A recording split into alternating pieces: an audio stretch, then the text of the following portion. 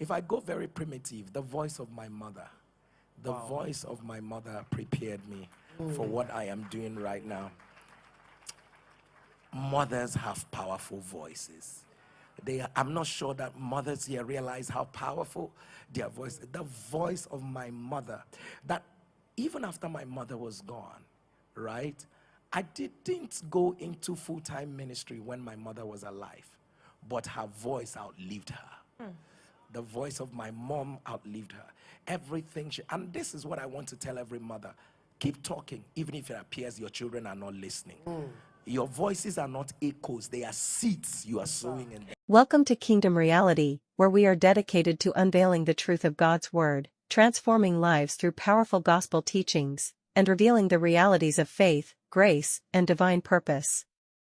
Join us as we dive into biblical wisdom, life-changing insights, and spirit-led messages that will empower you to walk in the fullness of God's kingdom.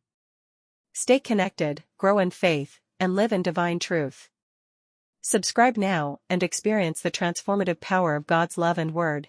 I came into the country this morning, and it's a season of holidays, vacations, people are resting, and you finish preaching. And I don't know how you do it, and this is not the first time you're doing it. You come back to the country in the morning, you literally come straight to church. How do you find strength? How do you find motivation? Where do you get it from? Like, how can we have that kind of strength? Is it that bread that Elijah ate and moved for 40 days? How exactly does it happen, man of God? Maybe it's that bread, though. Who knows? Maybe it's literally that bread. I don't know. I don't. Sincerely, I'm just thinking, do I pray God strengthen me? I'm just thinking about it.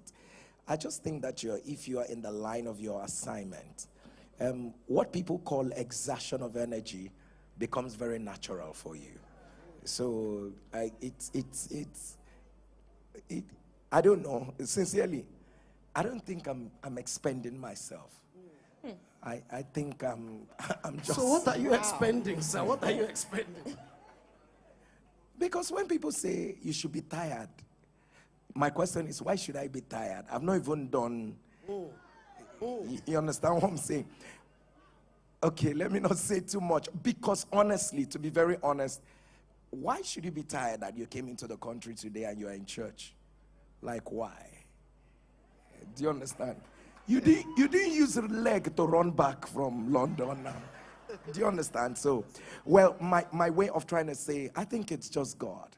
You know how it is that he said to Mary, and said to Mary that you will conceive, and and the power of the Most High, more or less like, I'm going to give you something, I'm going to help you carry what I've given you. So I think that's my story. He gave me something, and he's helping me carry what he has given me. Wow, incredible. God gave something to Papa, and he's helping him to carry it. Someone learning something? Yes. And Papa, really, like Pastor DK said, so much is happening in your life at this season, right? And we just think, when you quit your job with the UNFPA, did you see this future? What was your motivation? Did you know that ministry will literally get to this level that you're currently in? No, I couldn't have thought about. At the point I quitted my job, what was in my heart was just to please God. I just felt like, okay, God just wants me to leave my job. How would I know? Who will show me? Even if God will use it at that point, God was going to use me. I mean, away from what my mother said, that God is going to take me to nations of the earth. I mean, that could have been a mother's, wish for the child. Yeah. So, but I would never, up until 3.5 years ago, I would never imagine in my mind. I mean, I was doing well in my corner. Eben rightly pointed it out, for us to invite Eben, which means we are trying at that time, so we're trying. But I mean, in our wildest imagination, we never can tell. I mean, he knows what he's saying. He's ministered in our church in Canada. He's ministered in our church in London. So, and then they took care of him. That's what he was trying to tell me, even though he didn't tell me privately. Instead of him to come and thank me privately, yes. So and they took care of him. So you know how it is. If a church takes care of you very well abroad, that means they are doing well. So I would never have thought that we will come to where we are. I never would have thought. So everything is nothing but the finger of God. Wow. And we are doing well. Can you just give the Lord a clap? Can you give the Lord a clap? I'm privileged to have followed you for a long time, man of God. And one of them was in an NCCF camp or NYC camp, I think. And I remember vividly one of the days. So people hear about word of knowledge, words of knowledge on NSPPD and so on and so forth. But I remember one day, and it has never left my mind, that you said there's someone here. Now, this was 20 years ago, 2003 to be precise. You said there's someone here, you are AS, and the person, it was a lady and a copper, and the person who wanted to marry her also was AS, and they were confused about what next to do.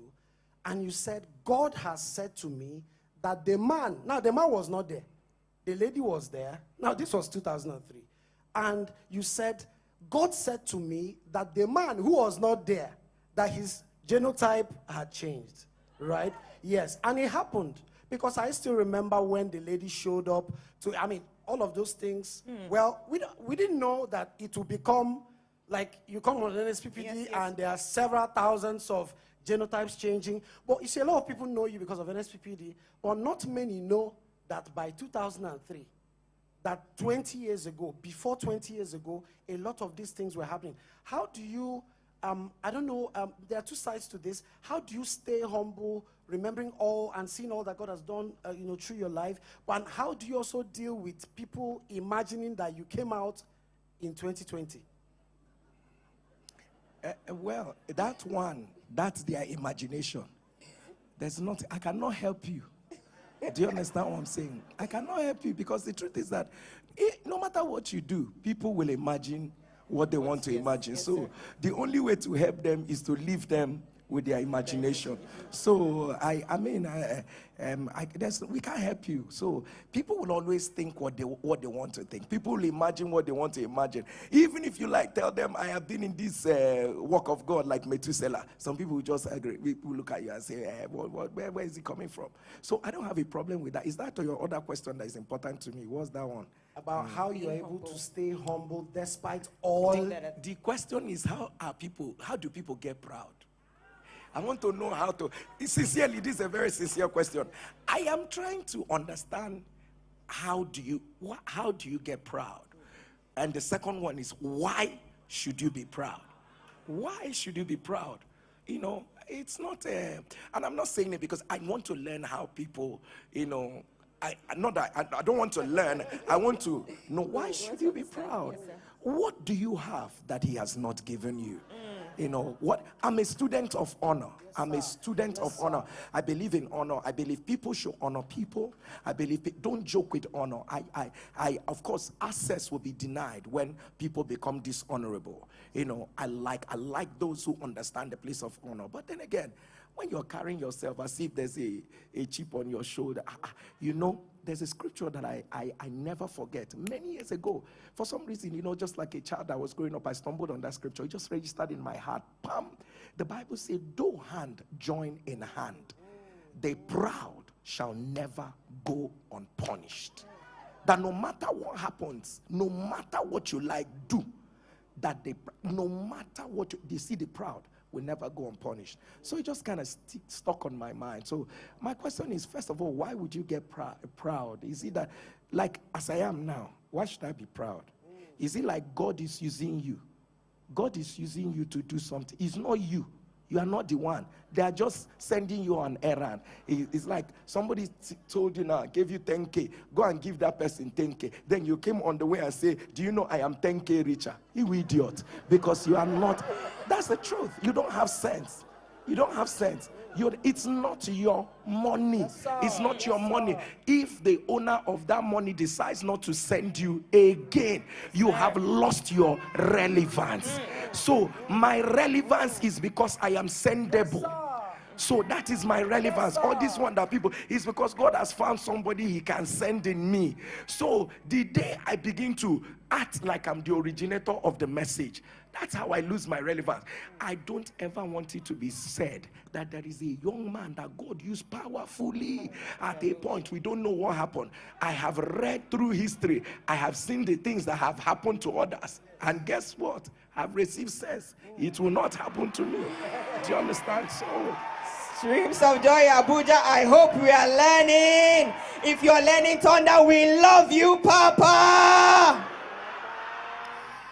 Okay, Papa, thank you once again for this opportunity. Still talking about a lot that has happened in your life within the past 3 years. It's impossible for all these things to happen around you without a lot happening in you. So what would you say are the changes that have happened to accommodate the person that you have become? Too many changes. Too many. I can't even begin to tell you. So this is where the burden, this is where it comes from. I literally have been stretched by God. I've literally been stretched by God. I have, there are things you can't say to people, but the truth is that every public manifestation, there's definitely a private altar that is on fire. Make no mistakes about it. These things cannot be coincidences. Even if they are coincidences, the pattern cannot be sustained for 3.5 years. They can't be coincidences. Like every day, blind eyes are seeing, lame are walking, cancers are disappearing. Like the pattern remains. No, you can't maintain it. You can't even if they are sporadic manifestations of God, you can just hear it happen once in 1 month, yes, or once in. But this is what you see on a daily basis. On a daily basis. I mean, I said it some time ago. I mean, someone who came and met GM, a top medical consultant at National Hospital, came to here and said, my patients are getting healed. I want to find out. I just came here to find out where is that place that they go to and these things happen. That's why I just came here. He just came to find out, why are my patients getting healed? Why are things done? Because everyone will talk, the patients will get healed and they will say it is nsppd, it is streams of joy. I went there. And the guy said, let me even come and see the place where all these things are happening. So altogether, it has stretched a lot. It has taken a lot from me. I don't like to talk about it. But I mean, if there are days on ending that you go and your eyes haven't seen sleep, and this is literal, your eyes not seeing sleep, and all that, people's burden break me. I'm literally, my heart is in this. I don't know how best to describe it. My heart is in this. I do not understand why the devil knows that I hate him, and he has an idea. Why should people be sick? Jesus has already borne this burden. So this is where I am coming. When you wake up, you don't know what people are going through. You don't know what people are in this house right now. If you take a census and you begin to see some people, you're probably going to find some people with cancers. You're probably going to find some people with, different kinds of, and this is happening all over the world, all over. So for me, whatever sacrifice I can make, maybe naturally also God has put in natural love for me. I love people. I love to see people smile. Whatever I can do within my reach to make people smile, I always would do it. So because of that love I have for people, it makes me go the extra mile, and all that. So, like I said earlier on, when people complain and say, why do you wake up every morning? Where does the strength come from? And all of that, I am wired for it. So, and that's it. Yeah. You're not clapping. Wow. You're not clapping. Streams of Joy Abuja, is it working? It is working. Now, if a medical, and this is no joke, if a medical consultant will come all the way to church to find out why their patients are getting healed, I don't want to go too much into that because, man of God, being on Strange Acts of God, a program we do on Saturdays, by my training, there are things that it's only God that can help you. And it's happening on the altar. And sometimes when I see it happen, I'm like, wow, if I didn't know that this thing happened, I probably said the story is made up. People have had to reach out to me. Do you really mean that this happened? Yes. But we thank God because there are infallible proofs. People go back, check again, and then they realize that what has actually happened can be proved, medically speaking. Now, man of God, I want to digress a bit. There's a part of you that seems not to have changed. Several years ago, when we hadn't come to this point, I know you don't like to tell people such things or you don't like to talk about such things, but I once remember you taking a loan to buy speakers for the church, and there was no NSPPD at this point. There was no, so to speak, global recognition at this point, and you've continued to give. Now, recently, when the teens had a boot camp, right? Yes. And one of the people, in fact, at some point when, by virtue of what I do in church, and I saw that they didn't need so, I'm like, why did your bill reduce so much? And they say, Papa gave us money for what we're about to do. I'm like, how does a man of God get to this point and he's still sowing? He's still giving. Now, when you say, you don't even say so much about giving a whole lot. You like to run away from that, but you are still a giver. How are you able to maintain some of these principles? Because you've carried, for some of us who have followed you for a long time, it seems like what you've done like forever. Yes, How are you able? I thought by this point, at this point, you should be able to say, well, I'm already a big man of God, and God is doing so much through me. But you're still sowing like someone that is expecting something. How are you able to maintain your principles for this far? What am I supposed to say? I don't know. It's only a very foolish Christian who does not understand the place of giving. The Bible says there is he that scattereth, Yes, sir. but yet increaseth. But it is foolishness not to give. I'm telling you what, let me say this. If you don't give to God, you will give to the devil. But shall know that you will give. So the devil will raise a situation that will make you spend that money that you are. Giving is a prayer. Why would I? These are things I'm praying for. I want every child to become a jewel in the hands of the parents. I want every child to live out every day. I'm praying for children on the altar of fire. And then there's a meeting which I know that will favor their life. And they say, oh, this is what it is, that will be left for us to write off the bill. And if I feel like I'm a Christian like every other person, I'm a Christian, so if this is going to work for the gospel, I'm going to give to it and all of that. So where I am, it's easier for people to sit back and say, see how blessed he is. But people have no idea that you're not giving doesn't mean that others are not given. That you're not given. I have a lot of people who are committed to my life, who ensure that, Pastor Jerry will continue to bless you. We're going to be of help to you. We continue to make ministry and your life easier. Because here, this place where I am is a very lonely place. It is absolutely lonely. Because there are burdens that words cannot explain. There are moments that you spend all by yourself, and there are people who believe that you are doing too much. I have my friends who come here and tell me, you are doing too much. You are doing too much for the gospel. You're doing too much, but they are not in my season, and I cannot explain my burden for them. The Bible says wisdom is known in her children. Yes, sir. So when I see the evidence, I tell myself, okay. When I see that people are able to, so just in case, like I said in one of the services, the white woman I met yesterday, complete white, I would never have thought that was, and then that woman coming to say, oh, you don't know, I had breast cancer, and then I would never have met her if that chance opportunity did not come up. So why would I not continue to, let me tell you, this is one of the things that brought me to where I am. This is one of the things which is what I tell people. I'm glad you know part of the story. Never conclude on the story of a man you don't know how he began. Never sit back and tell the story of a man you don't know how. I will do anything for God. I will do anything for God. I will do anything for God to go. And listen, it is not a function. Like, when we had nothing, when I had nothing, the word you said was, look at what Pastor Dike said. I took a loan that I was going to repay small, in order to make sure that the work of God moved forward. And that is it. And here we are today. Here we are today. The only thing I can say is what God cannot do does not exist. And this is me encouraging everybody. I'm glad he brought it up. Me, I didn't know you were going to ask that question. What I want to tell you, give, Kwano. Give. It's for your own good. I know what I am saying to you. Apostle Paul said, be ye imitators of me as I am of Christ. Right.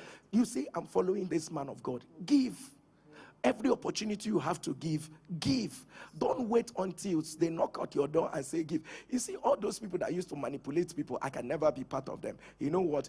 God is not a cha-cha God. I don't know how best to, what's that? Uru God. If you give, those kind of things that they do. No.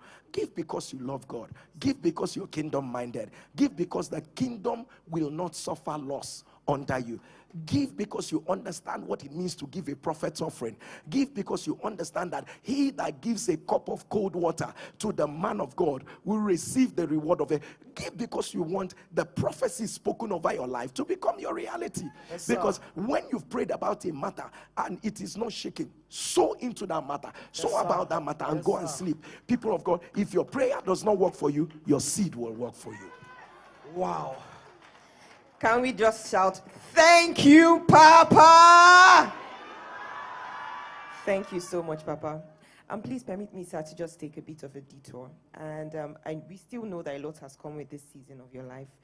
And one of the things we've noticed is it seems that some of these media people, they found that the quickest way to trend these days is literally anything with your name in it.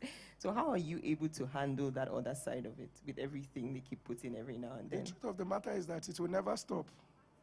The only time, you decided to say God has raised you and God has put visibility on you, people of God. The truth is that you're going to keep waking up every morning and you're just going to be, there are too many things. There are too many things that never happened, that never existed. You wake up and you're looking at it. And you see, what the world wants is put your voice. Put your voice. Put your voice. Me. So, the only thing I do is that I speak in tongues over their head. Do you understand? Because you can't keep replying. How do I reply falsehood? How do I reply falsehood? How do I reply what never happened? I understand the desperation of Pastor Jerry now will cause you to trend. So if you put out a Pastor Jerry news and all of that, you just trend. Sometimes they don't even say anything about you. You just put the name, you click the video, and it's not saying anything about you, but they just know that your name will bring the traction. It's what it is. Everything about us. Maybe the other day we stumbled on a new Nigerian movie, Yes, NSPPD husband. Yes, sir. NSPPD. Yes. That is what somebody in their right sense produced a movie, called it NSPPD husband. Because the thing is that right now, if some NSPPDians are sending it to me, Pastor, is this our production? I say, which year production is that? And the guy obviously is cashing out on NSPPD. So me, I know if you put Pastor Jerry in it, but Kay, I didn't believe in this life that my name can sell a movie. That's another side. Wow. So, as I look at it, I look at it and I just say, to God be all the glory. However, but we don't respond to negativity. Yes, we don't respond to it. They are not even. I don't even look at that. It's not even something I pay attention to. Of course, you must realize that where we are, there are battles that will arise. People will say what they want to say. People will talk what they want to say about and all that. But everybody who knows me knows that. You don't find me anywhere. You don't. And my closest staff, they know that you don't. Even those who know me know you can't find Pastor Jerry. I don't go anywhere. If I am not in my assignment, I am somewhere tucked away in my room, in my house. So it's either Pastor Jerry is ministering somewhere, or Pastor Jerry is somewhere in his house, or so Pastor Jerry is somewhere out of the country, or is Pastor Jerry, I don't move. Or he's on his way back into the country. Or he's on his way back to the country. So that's what it is. So you don't, I'm not a goer. Wow. So Papa is not a goer. So, man of God, at this stage of your life. That was not the correct English. I just said it. Oh, well, it's still okay. At this point in your life, we realize that you are literally greatness moving around and you're a blessing to people. What would you say is your greatest asset at this level of your life? What do you look at and you say, take anything away from me, but don't take this away? Don't take the presence of God away from me. Wow. It's my greatest asset. It's my greatest asset. It's the presence of God. It's the presence of God. That's all I have. Wow. That's all I have. I love that he speaks to me. I love that he talks to me. I love that he's always there. I love that he directs my path. I love that he makes very beautiful things happen out of nothing. It's the presence of God. And it's not a cliche because I'm a pastor. people talk about. It's the presence of God. It's the presence. I love that he interrupts me. I love that I'm thinking of something else and the Lord just says to me, my son, this is what needs to happen. I love that he says things and he changes the lives of people. I love that he directs my every move. I love that he's that voice of peace and comfort. I love that he's the voice that speaks to me about the destinies of people before I arrive. I love that it is that voice that continues to make intercession easy for me. I love that the presence of God is everything. I love that I can look at people and tell them, listen, this thing is nothing because of his presence. So the presence of God is everything. So take anything away. There's nothing that is important to me in this life. I mean it in the most literal way. There's nothing that is important to me in this life as much as the presence of God. People, listen, I spend every night of my life looking at the face of God, enjoying this presence. Then what could be more important than that? You know how it is, people, no matter how tired you are, you still spend it, trying to get into the depth of the presence of God is everything. Listen, there's nothing every minister can do without the presence of God. Because at some point, you will not understand what will happen to you along the way when his presence ceases. There is, to an extent, charisma can sustain a people. And unfortunately, for those of us who are in the supernatural ministry, it's either you got it or you don't got it. Do you understand what I'm saying? So the if you are just a motivational speaker or charisma, but once your life just takes a trajectory, miraculous, supernatural, and all that, two things. It's either you go all black or you go all white. So but there's no middle road in the supernatural. So it's either you just go all deep into God or you go all deep into the other side. So it just has to be it. Wow. I'm pushing deeper into God because really when I finally grow up, I'd like to be like you. And one thing I love about our Papa is that before being a man of God, Daddy, you're first a child of God. And you. Oh, not the secrets now, because that's what it is. Because you are, unfortunately, you must, the thing, okay, let me not unbundle that matter. Please unbundle it.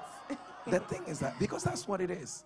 That's what it is. You must be a child of God. Yes, sir. You must be a child of God. And at no point does your calling make you an adult of God.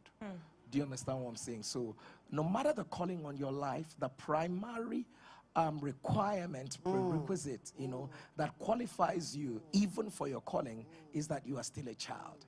You're still a child. So you don't, I see some people, worship is going on in church, and because they are pastor, they are sitting down, supervising worship. People, that's not it. You're a child of God. Join the people and worship.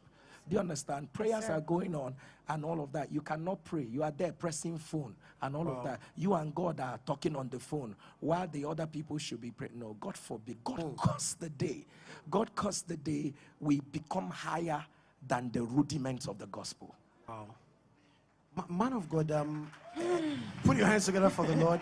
A lot is happening in your life, but like we rightly said earlier, that you didn't just appear from nowhere.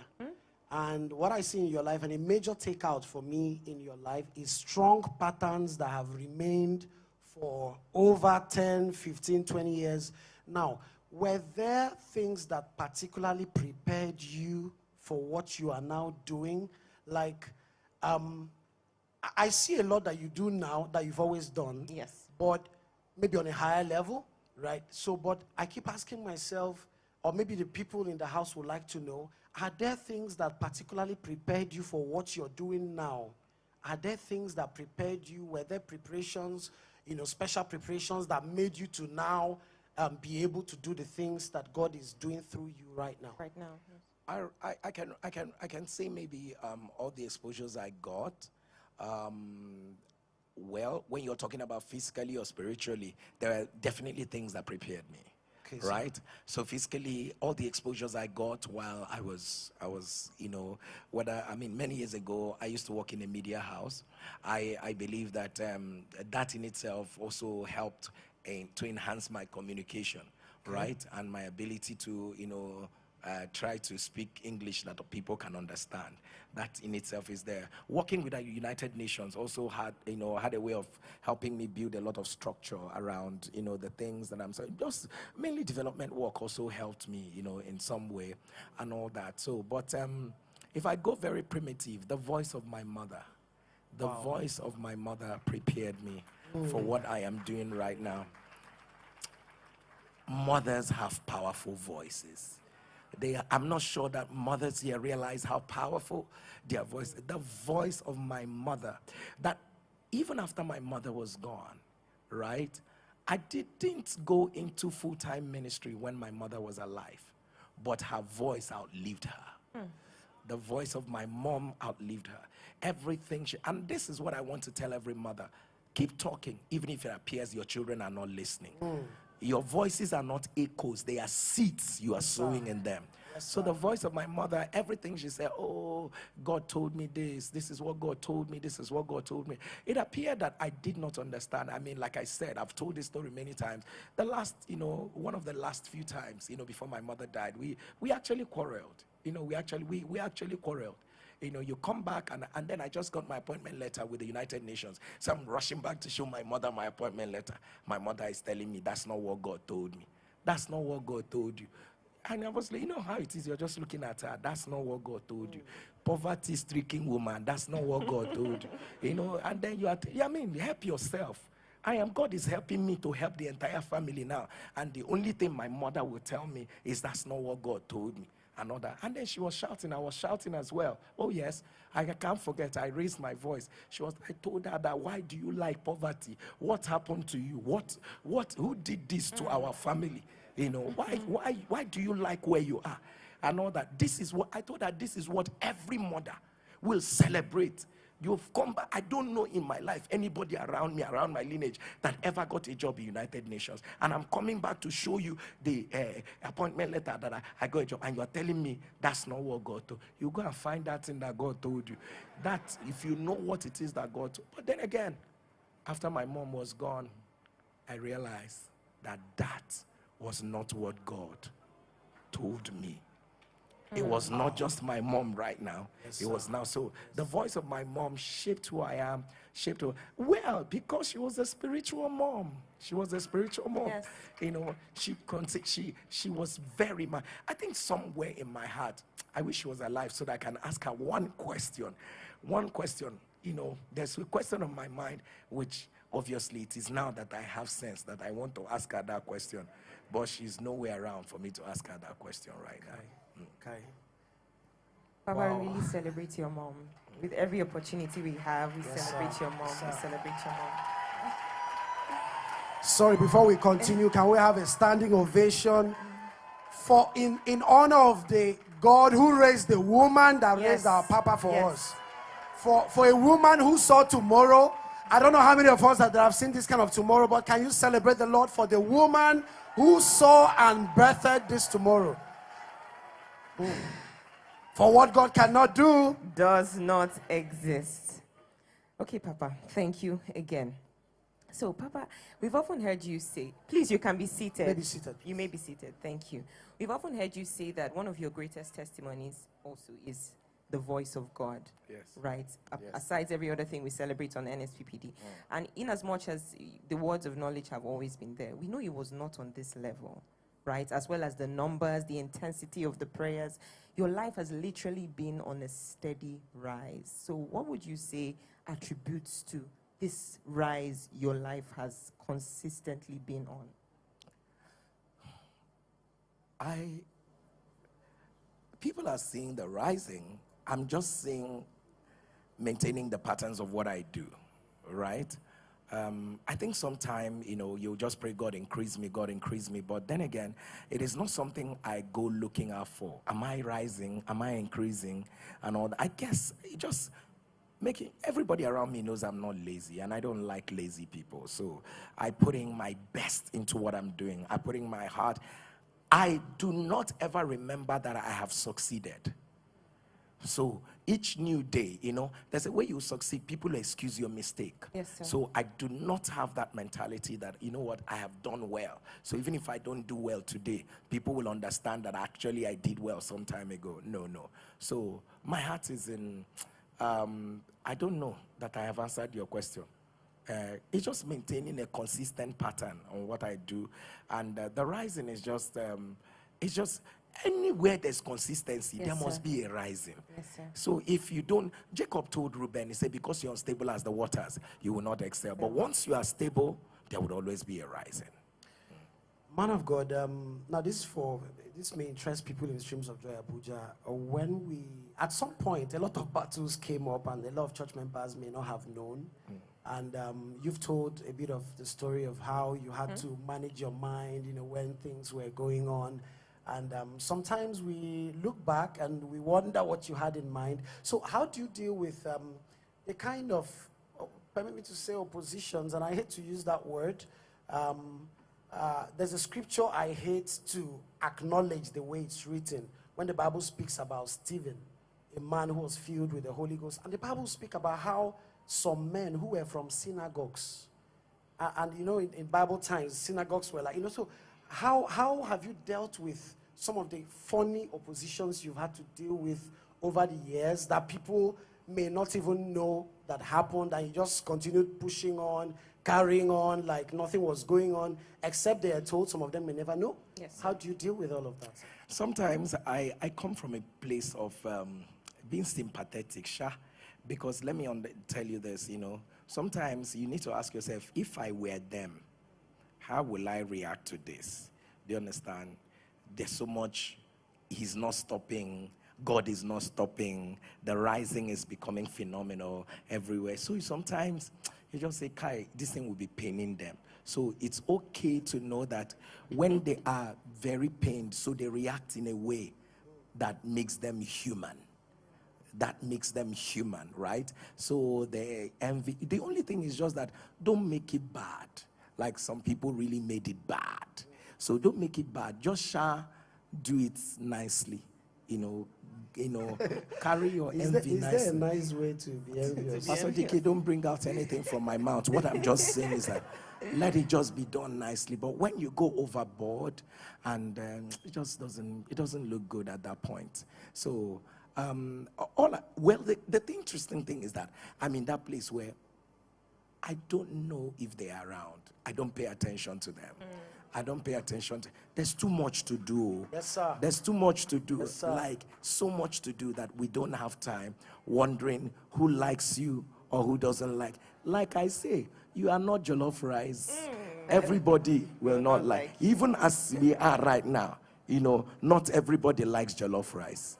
That's Very right. true. Wow. So that is sincerely, very sincerely, do you miss anything about your life before this season? Do I miss anything about my life? Do I miss anything about my life? Like the summary of it all is that it's a lonely place here, right? It's a lonely place. You carry the burdens. Sometimes you don't know how to explain the way the burden feels on you. You don't know how to explain it. So you deal with it because you can't even explain it in English. But you just keep trudging on, keep doing it. So do I miss anything about that? I miss the fact that, it's gotten, I miss the fact that for what I'm doing right now, I need to now be extra intentional to now isolate myself the more. So I'm isolating myself, so I'm just not in people's faces anymore. I'm just not in people's faces anymore. Let me not explain it further than this. So that's the only thing I miss, and because I love to laugh. Do you understand? Yes, I love to laugh. I love to. So for you to laugh, you have to have a laughing, partner. Do you understand? So I just love to. So all of those things are not, because there are more burdens than laughter these days. Yeah. Wow. So, man of God, just the penultimate question. So, Streams of Joy Abuja, and I'm asking this question on their behalf because I know it's in the minds of people. You left some people to come to Abuja. Right? Has God told you that you are going to that you will live, we know, well, the Bible says the man of the spirit, Yes. never really know, because we are not even sure. We that are here, we're not even sure. We don't know. So, but has God told you that you're going to leave them? I'm just asking a question on your behalf, but has God said anything like that to you? This thought is not from God. It's not this one descended not from above. Look at him. You're asking me. The people I left, was it not after 7, 8 or years that I left? And not because I'm not going anywhere. Celebrate the Lord with a shout. So we finally have the assurance. However, Okay. however, wherever God says this is where the assignment is, that's where we're going to go to. Do you understand? I mean, we're doing this. I mean, I've been going, I've been coming, I've been doing things, and the church has been amazing, right? Sir. And the church, right now, let me tell you, the people in Streams of Joy understand that they are in the commission. Yes, sir. They are in the commission with Pastor Jerry as the cover.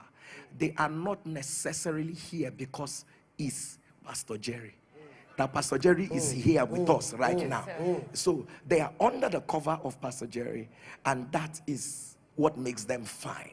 Do you understand what I'm saying? So people, if I say to them right now, I'm not going to be in church on Sunday, these guys will be here on Sunday. Yes, sir. So Yes, sir. they are not in church because it is Pastor Jerry. Pastor Jerry will be live. That season is gone. That season is gone. When some people say, I didn't come to church because I realized that pastor was not going to be in church and all of that. From the word go, they knew that our pastor is a mover. How will we touch the earth? How will we get to the ends of the earth? Is it by sitting down here every day? That will never happen. But if you talk about whether I'm going to be translocating from one end of the world to another end of the world and all that, God hasn't told me that until he tells me that. But the most important thing is that I did. Someone who is excited that Papa Day with us. Can you celebrate the Lord with a shout? Thank you so much, Daddy. So this is the last question we just want to ask. All right, so we want to know, at 41, can you just give us 3 major life lessons at 41, just as we round up? Face your front. Face your front. I get to remind myself of this every day. Face your front. In everything you're doing, face your front. I don't even look at the side. Don't even look at the side. Not even think of looking back. Face your front. There is still a lot ahead. Face your front. That's the major life lesson I want to. Number 2, keep your prayer fire on fire. Keep your altar on fire. Listen, you don't mess around with a man on fire. You can never mess around with a man on fire. My people will tell you, there is nothing that happens around me that God doesn't tell me. Yes, sir. That none of them escape my searchlight. None. The way God will open my eyes to see some things that are happening with me and around the people around me is even a shock to them. So you don't joke with your prayer fire, because I mean, there's something, God tells you, don't let me go there. Don't let me go there. And the third thing, it looks very literal. Have a pure heart. Have a pure heart. Never wish people evil. Never carry bitterness in your mind. Yes, sir. Never be unforgiven and all that. When you are upset, let people know you are upset. And after that, remove it from your heart. Maintain a pure heart towards people. If somebody says, you have hurt me, tell the person, I am sorry. And maintain a pure heart. If people truly succeed at what they are doing, clap for them. Do you understand? Whatever it is, if people you're going to do, just maintain it. Have a pure heart. You see, only the pure in heart will see God. And this is beyond seeing him on the last day. only the pure in heart will see new dimensions of God. sir. So some people are wondering why, because your heart is pure. Your heart is pure. So for me, it is face your front, keep your prayer altar on fire, and thirdly, keep your heart pure. What God cannot do! You're not even saying it well. What God cannot do! Hey! Whatever God cannot do! Yeah. Streams of joy, give the Lord a big shout! Streams of joy, Abuja. This is BODTV Board. In case the first time you come here, please don't forget to subscribe and hit that notification bell for more uploads.